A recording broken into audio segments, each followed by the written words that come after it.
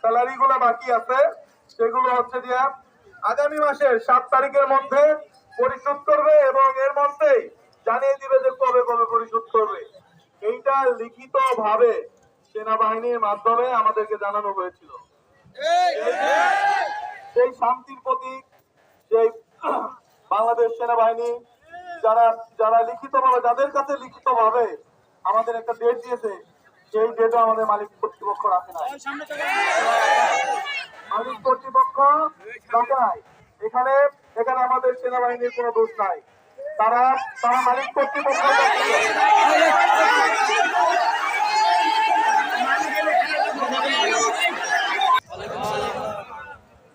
আমি আপনাদেরকে ডেট যেটা দিয়েছি সেটা অবশ্যই ফেল করেছি, তাই আজকে আপনারা সবাই আবার এখানে শান্তিপূর্ণভাবে রাস্তা বন্ধ করে রেখেছেন, কিন্তু আমি এসেছি